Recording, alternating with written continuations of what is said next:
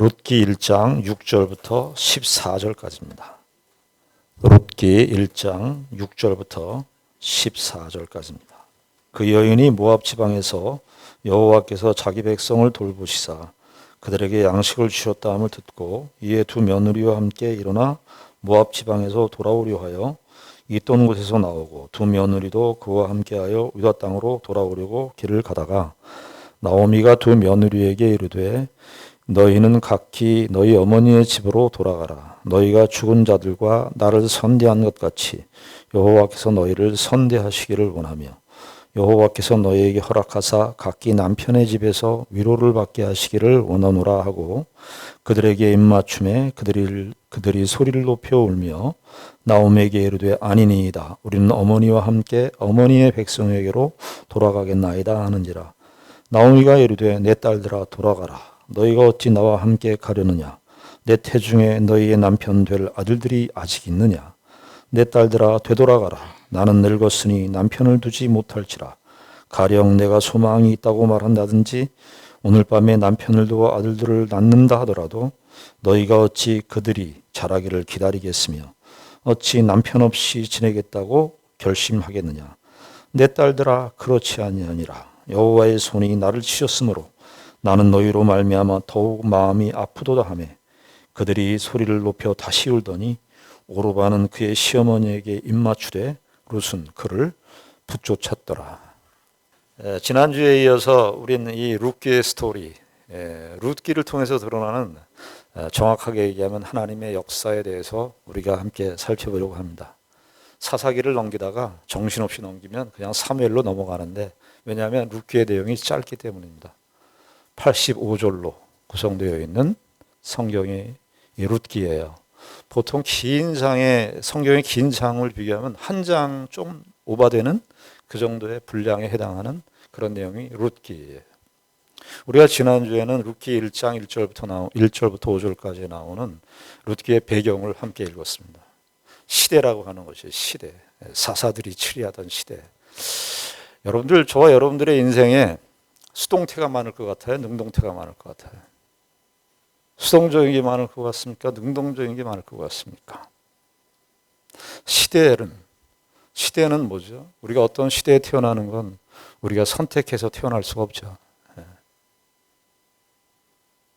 룻과 나오미는 이 사사들이, 특별히 나오미는 사사들이 치리하던 그 암울한 시대, 하나님의 어떤 징계의 그림자가 짙게 드리워졌던 그 시대예요.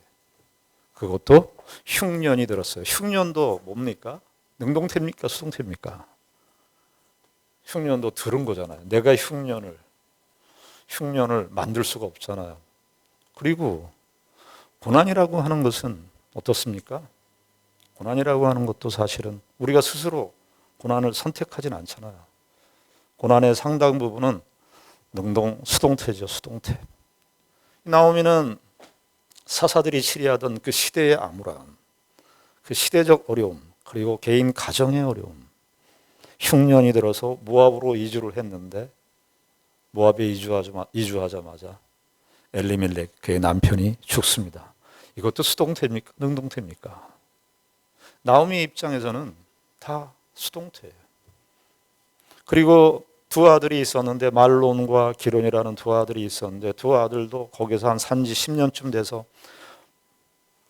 두 잡으로 며느리를 두었는데 어떻게 됩니까?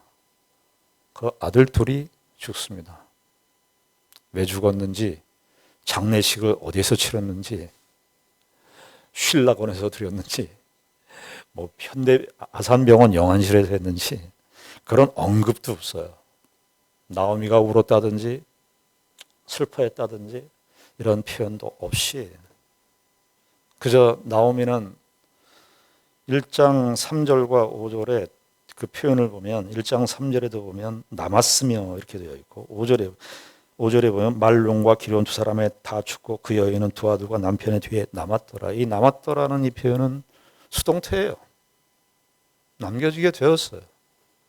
고대 시대에 남자가 중심인 그 고대 세대에 아들 둘과 남편이 특별히 두 아들을 보냈다는 것은 인생은 살 소망이 없다. 이런 뜻이죠. 이 룻기는 그런데 이 보통의 인생에서는 이런 것들로 되면 이것이 파국이고 결론이어야 되는 그 사건이 이 룻기에서는 시작의 발단으로 배경으로 시작되고 있는 것을 보게 됩니다. 그런데 이 모든 상황에 아주 생뚱맞다 그러면 좀 그렇고요. 하나의 그 변수가 등장해요. 6절의 말씀이에요. 6절의 말씀을 보면은 그 여인이 모압 지방에서 여호와께서 자기 백성을 돌보셨다. 지난주에도 말씀드렸듯이 돌봤다라는 말은 약한 번역이라고 말씀드렸습니다. 하나님께서 방문하셨다.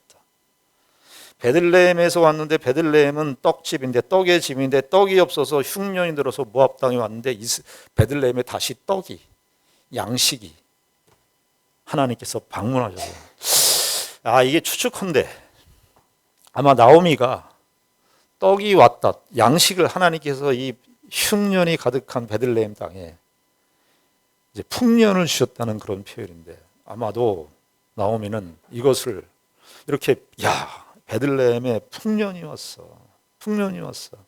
아마 이 얘기를 나오미는 여호와께서 친히 방문하신 사건으로 이해했을 것으로 보입니다. 여하튼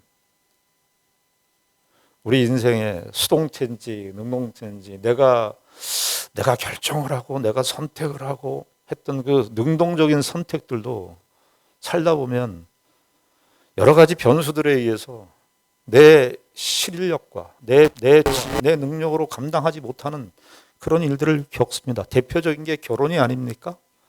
결혼이라고 하는 것은 저와 여러분들이 잘 아시듯이 내 모든 것을 집중해서 내 생각과 그동안에 배웠던 모든 그 지혜들 이런 것들을 다 집중해 내가 가장 능동적인 선택을 하는 우리의 인생의 과정 속에서 정말 중요하다고 말할 정도의 가장 중요한 이 혼인, 결혼 내 모든 것을 집중해서 선택하는 거잖아요.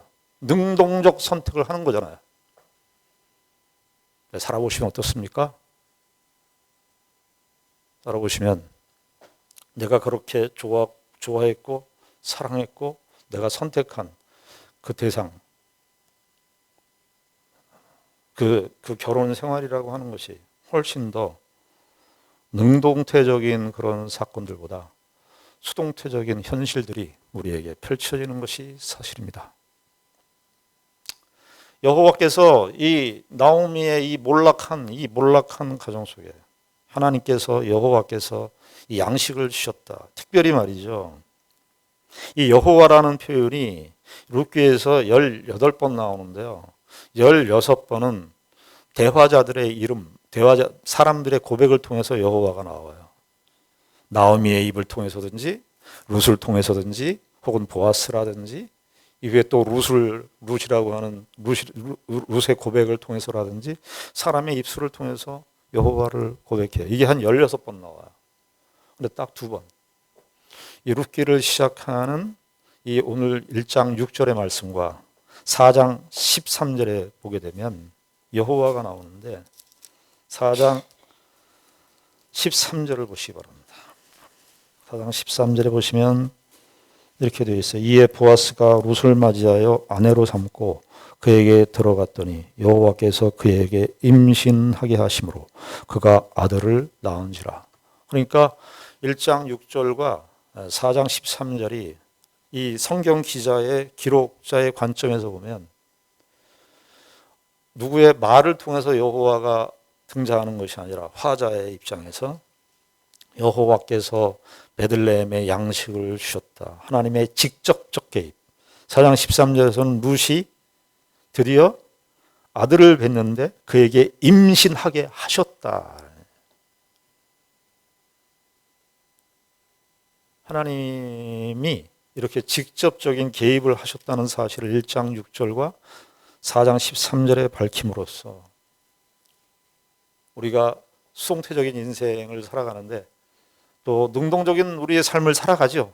그러나 그 모든 것들을 아우르는 더 다른 측면의 절대적 상수 중의 상수, 하나님의 개입을 이 룻기에서 초두에 시작을 하면서 깔고 들어갑니다. 그리고 이제 6절부터 14절까지 우리가 읽었는데요. 특별히 8절부터 14절까지의 내용은 대화로 기록되어 있어요. 참 희한하지 않습니까? 룻기가 아까도 말씀드렸듯이 85절로 구성되어 있는 내용인데 55절이 다 대화입니다. 대화. 다 대화로 이루어지고 있어요. 대화를 통해서 어떤 사건이 벌어지게 되고 대화를 통해서 어떤 사건의 결과가 이루어지게 되고 대화의 내용이 3분의 1을 차지하고 있는 것을 보게 됩니다. 사람들이 살아가는 거 대화하는 것인데 대화가 이렇게 소중하죠. 무슨 대화를 나누느냐, 어떤 대화를 나누느냐. 대화를 통해서 우리가 결정도 하잖아요. 대화를 통해서 어떤 것을 선택도 하기도 하고 대화를 통해서 또 위로도 받기도 하고 대화를 통해서 우리가 어떤 우리의 그 해결할 수 없었던 어떤 문제에 대한 분별 있는 지혜도 우리가 대화를 통해서 배우게 되는 거죠. 오늘 그런데 이 룻기 1장도 이 대화에 관한 내용이 줄을 이루고 있습니다. 8절부터 14절, 우리가 18절까지는 읽지 않았지만 18절까지 세 개의 대화가 이루어져요. 첫 번째 대화는 나오미와 두 며느리와의 대화. 그리고 두 번째 대화 역시 나오미와 두 며느리와의 대화를 우리가 14절까지 기록하고 있는데 마지막 대화는 나오미와 룻과의 대화로 세 개의 대화로 사실은 1장의 본론 부분에서 나오는 내용입니다. 8절에 보시면 8절부터 오늘 14절까지 읽었는데 나오미와 두 자부 며느리와의 대화가 아주 길게 소개되고 있습니다. 성경의 이 룻기의 내용을 아시는 분들은 룻이 이제 베들레헴 땅으로 시어머니 나오미와 함께 귀환하는 그 신앙적 선택을 우리가 잘 알고 있기 때문에 그리고 룻과 나오미의 스토리로 2장에서 이어지는 것 때문에 우리가 얼른 놓치기 쉬운 부분이 뭐냐면 룻과 나오미와 두 자부와의 대화에 대해서 아주 가볍게 생각을 해요. 결론적으로 또 말씀드린다면 오르바에 대해서 룻의 동서인 오르바에 대해서 불신앙적인 선택을 했다고 모압으로 다시 돌아갔다고 그 여인과 같은 선택을 하지 않아야 된다고 이렇게 도덕적인 혹은 신앙적인 어떤 관점을 덧붙여서 이 오르바의 선택은 아주 잘못된 선택, 잘못된 여자 이런 내용으로 이 오르바를 이야기하는 내용을 저는 가끔 설교에서 듣곤 했습니다. 과연 그런가? 오늘 8절부터 14절까지의 이 나오미와 두 자부와의 대화를, 두 며느리와의 대화를 우리가 좀 생각을 해보려고 합니다. 사실 이 두 자부와의 대화는, 두 며느리와의 대화는요, 슬픔의 이별이에요. 슬픔의 이별. 눈물의 이별. 우리는 성경을 읽으면서 하나님 또 하나님의 역사 이런 부분에 이렇게 초점을 맞추다 보면 그저 인간적인 서사들, 인간으로서 만나는 이 서사에 대해서 너무나 쉽게 지나치는 경우가 있어요. 그것은 우리의 신앙의 이해와 맞물려 있는데요. 우리가 기독교 신앙을 이해할 때, 특별히 우리 한국의 기독교 신앙이 우리에게 소개될 때 전반적으로 우리는 첫 번째 우리 한국 교회가 소개될 때 순교를 당했어요. 그래서 기독교 신앙이 결삭하고 지사충성, 우리 합신에 가면 박윤선 박사님이 이렇게 크게 한문으로 쓴 게 있는데 지사충성, 우리 합신에도 그런 것들이 있어요. 그래서 아주 열심 있고 충성 있게 해야 됩니다. 그리고 예수를 모범의 감격, 감동, 이런 것들이 우리 한국교회 처음에 소개될 때 기독교와 함께 소개된 내용들이었습니다. 그런데 우리가 그 감격과 감동, 내 쪽에서의 헌신과 충성, 이런 것들로 기독교를 이해하고 읽다 보니까 우리의 현실, 매일매일 살아가는 일상과 현실에 대해서는 어떻게 할 줄을 모르는 거예요. 매일매일 살아가는 일상은 우리가 교회에서 예배드리고 찬송하고 기독교적인 종교적인 용어를 나열하고 그런 고백들을 하는 것들은 우리에게 그렇게 하면 그것이 굉장히 신앙적인 것 같은데, 일상의 24시간의 삶 속에서 살아야 되는 현실을 매일 하나님 하면서 살 수가 없는데, 그 속에서의 그 간격, 그 일상에서의 그 간격과 삶에 대해서 비신앙적이고 신앙적이라고 하는 그런 잣대로, 카테고리로 우리가 해석을 해버리니까 일상에서 우리가 일상적으로 갖는 인간의 보편적인 삶의 정서에 대해서 잘 이해를 못해요. 우리가 룻기를 읽을 때도 이 두 자부와의 대화가 길게 이야기되고 있는 이 부분을 쉽게 간과해버려요. 아, 오르바 잘못 선택했어. 끝. 아니에요. 그렇지 않습니다. 오늘 나오미의 이야기를 먼저 들어보십시다. 나오미가 8절에 보게 되면 이렇게 얘기합니다. 나오미가 두 며느리에게 이르되 너희는 각기 너희 어머니의 집으로 돌아가라. 너희가 죽은 자들과 나를 선대한 것 같이 여호와께서 너희를 선대하시기를 원하며. 야, 이게 나오미가 두 자부에게 너희들 가서 어머니의 집이라고 그러죠. 어머니의 집이라고 하면서 어머니와의 그 친밀성, 어머니의 돌봄, 이런 표현도 쓸 뿐만 아니라 여호와께서 너희를 선대한다는 말은 원래 어떤 의미인 줄 아세요? 구약 성경에 선대라는 말이 제가 가끔 히브리어를 쓰는데 헤세드라는 말이에요. 여호와의 인자하심, 인애로우심, 이거예요. 그러니까 시어머니인 나오미가 두 자부에게 선처를 하는 거예요. 여호와께서 너희들 모압 땅에 돌아가서 여호와께서 너희를 선대해 주시기를.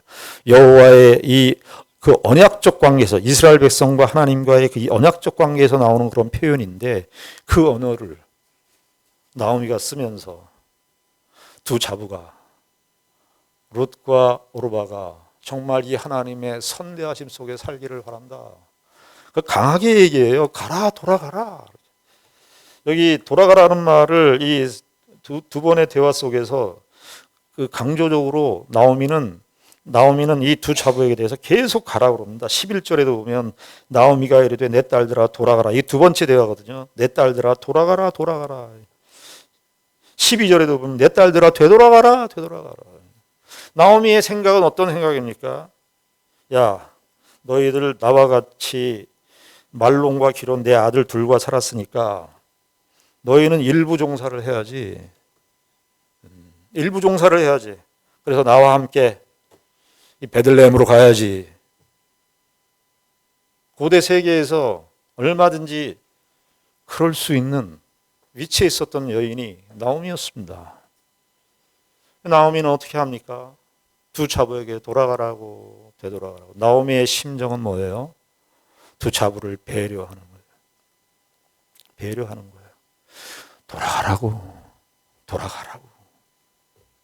되돌아가라고. 너희들의 삶을 살라고. 너희들도 너희들 삶을, 모압에서의 삶을 계속 지속하라고. 여러분, 이걸 또 너무나 아까도 얘기했듯이 경건주의적인 해석을 해서, 아니 어떻게 모압은 이방신이 있는 그 지역인데 그 나오미가 그렇게 오르바를 두 자부로 하여금 그렇게 가라고 하는 것은 불신앙적인 권면이 아니냐. 하나님을 잘못 생각하시는 것이죠. 하나님은 온 천하의 모든 곳에서 통치하시고 모든 것을 다스리시는 하나님이신데 모압에서조차도 하나님은 역사하시죠. 나오미가 어떤 의미에서 그 하나님의 선대하심, 하나님의 인애, 하나님의 헤세드가 두 자부의 삶 속에서 모압에서도 펼쳐지기를 원한다.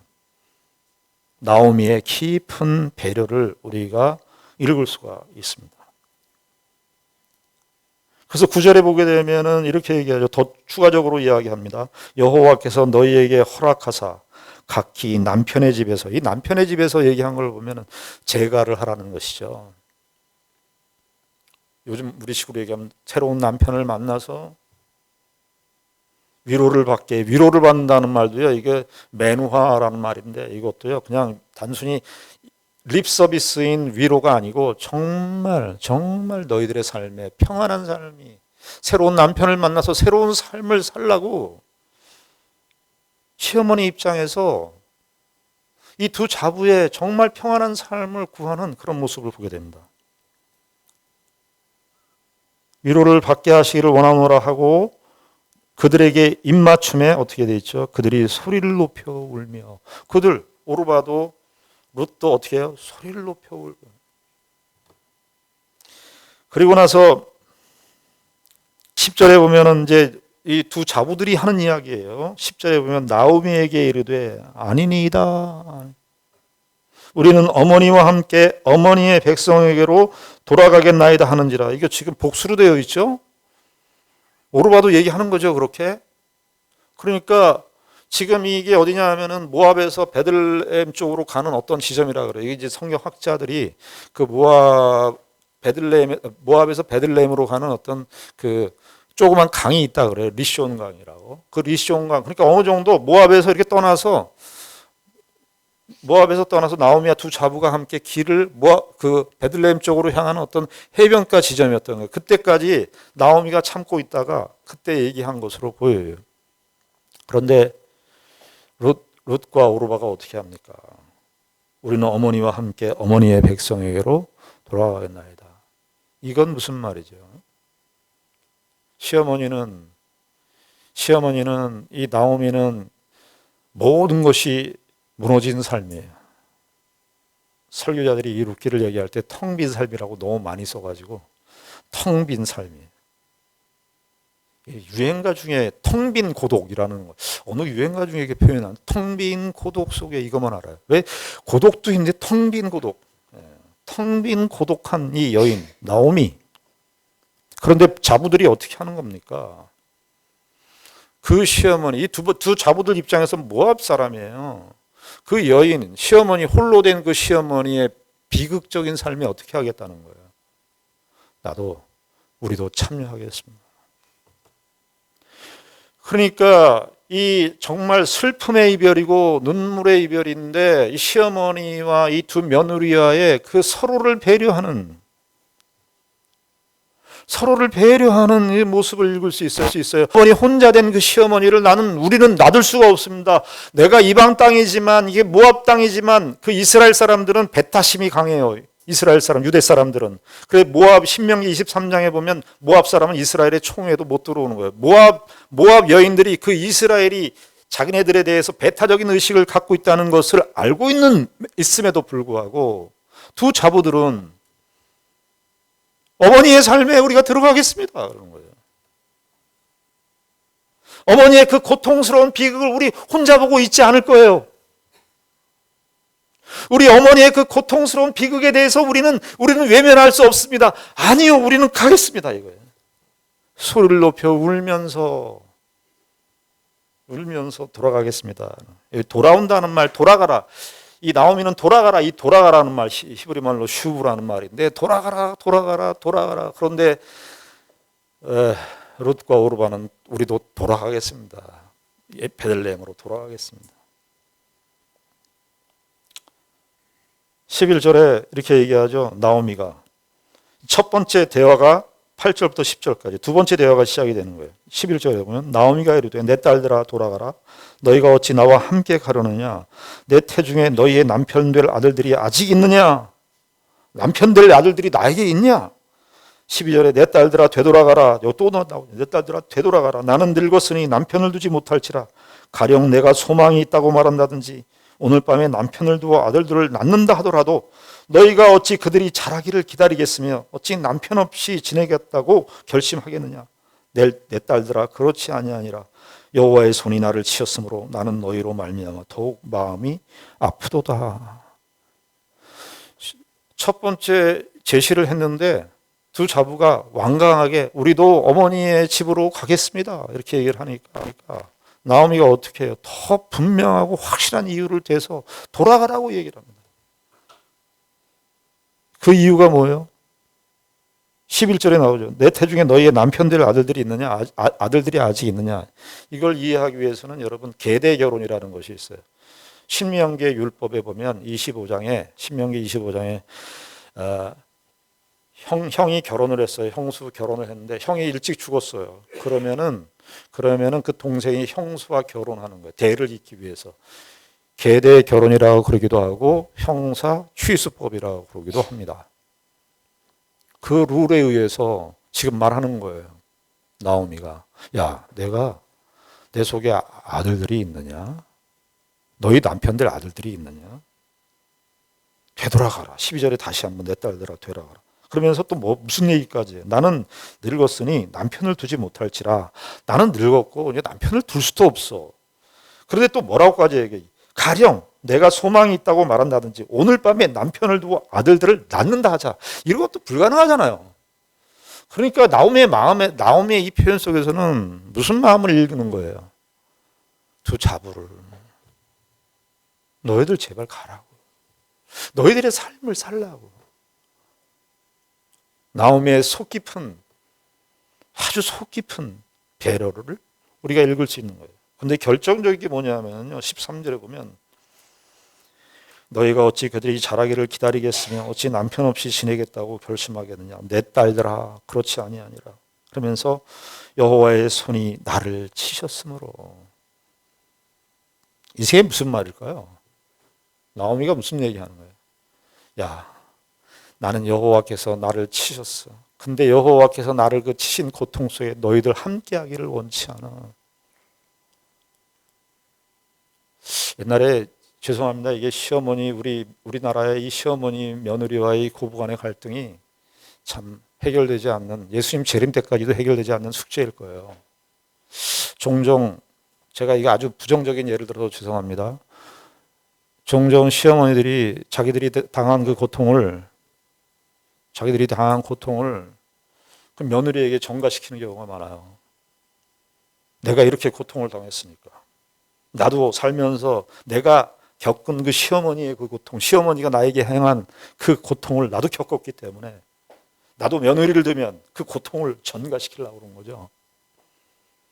여기 그런데 이 나오미는 참 모든 것을 잃어버린 여인이지만 한 신앙인으로서 고통을 당하고 여호와께서 나를 치셨다는 그 고통 속에 그 며느리들은 그 고통을 느끼지 못하도록 그 고통에 참여하지 못하도록 배려하는 나오미의 모습을 봅니다. 우린 내가 고통을 당하면 저 사람도 고통을 받아야 돼. 그 고통이 전가되기를 원해요.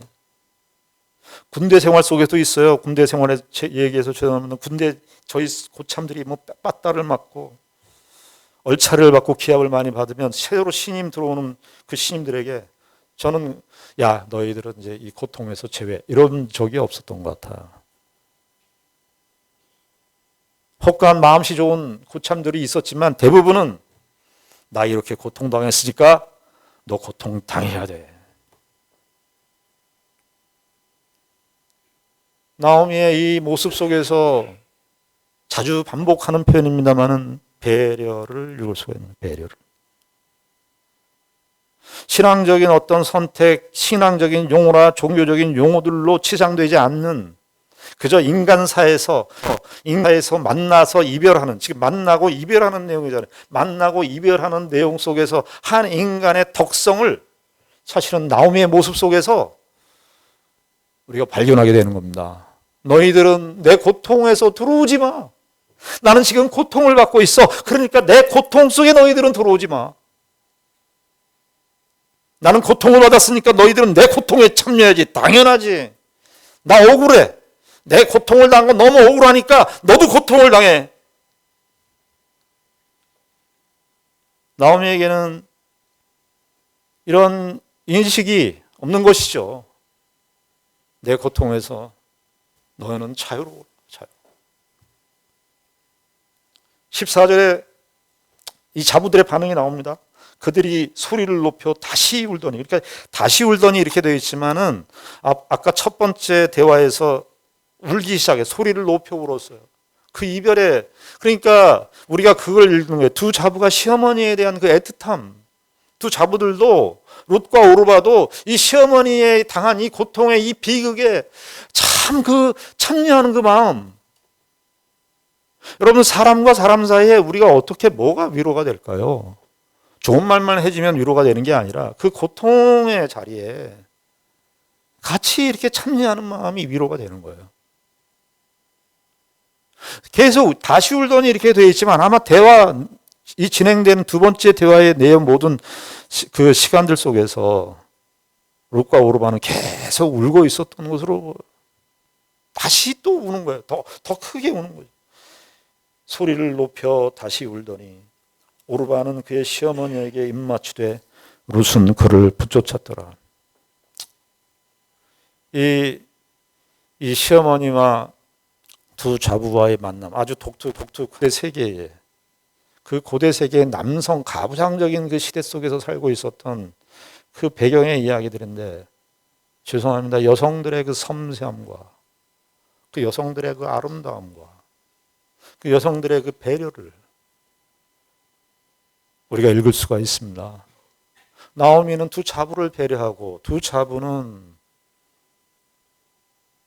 시어머니의 그 고통에 참여라고 하는 그 마음, 서로 간에 서로를 배려하는 그 마음을 우리가 읽을 수가 있습니다. 그런데 오르바는 모압으로 갑니다. 불신앙적 선택일까요?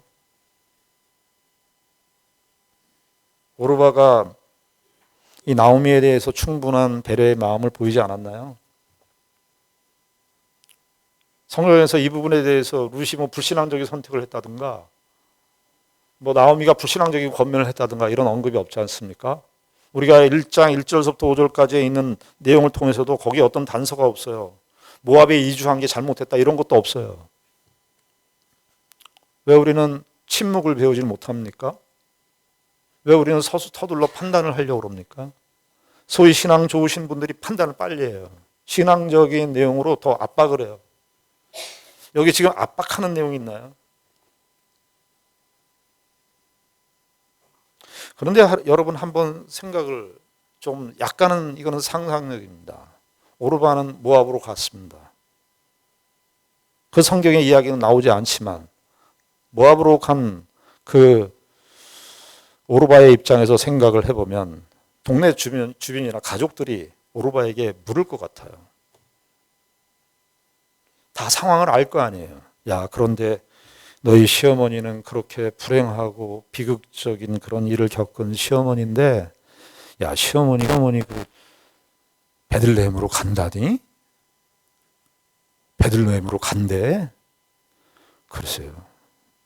오르바가 얘기하겠죠. 여호와께서 베들레헴에 떡을 주셨다는 소식을 듣고 가신다고 가셨어요. 그냥 아마 거기 고향이니까 고향 땅에 묻히기 위해서 가신 거겠지요.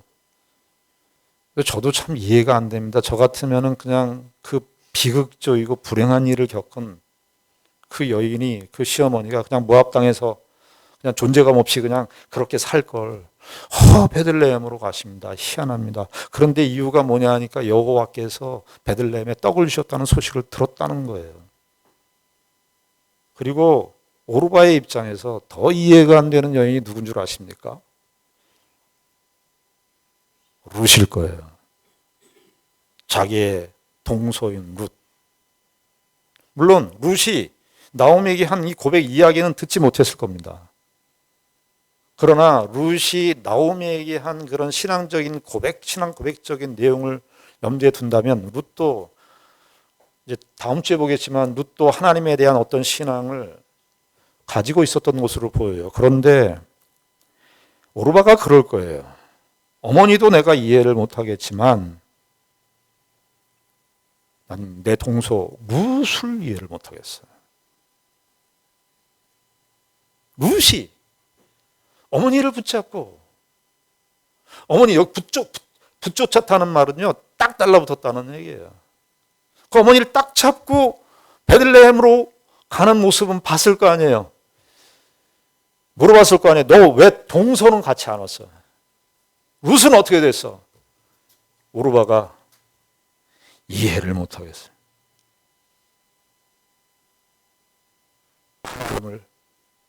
그 하나님을 이해를 못하겠다. 그런 이야기겠죠.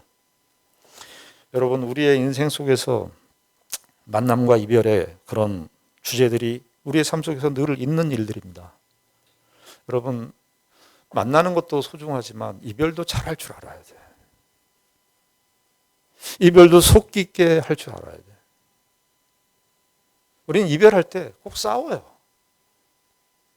그래서 네가 잘났냐 내가 잘났냐를 얘기해요. 아니요.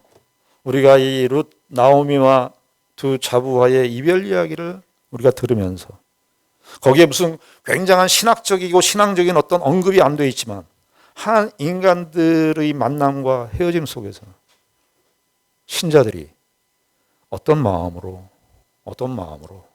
우리가 사람을 대해야 할 것이고 어떻게 배려해야 될 것인지를 우리가 이 말씀을 통해서 교훈을 받으시는 귀한 시간이 되기를 바라는 것입니다. 기도하겠습니다. 하나님 아버지, 은혜를 감사합니다. 나오미와 두 며느리와의 그 슬픔의 이별의 대화를 보면서 서로가 서로를 위하여 아끼고 배려하는 그런 모습들을 우리가 확인하게 됩니다.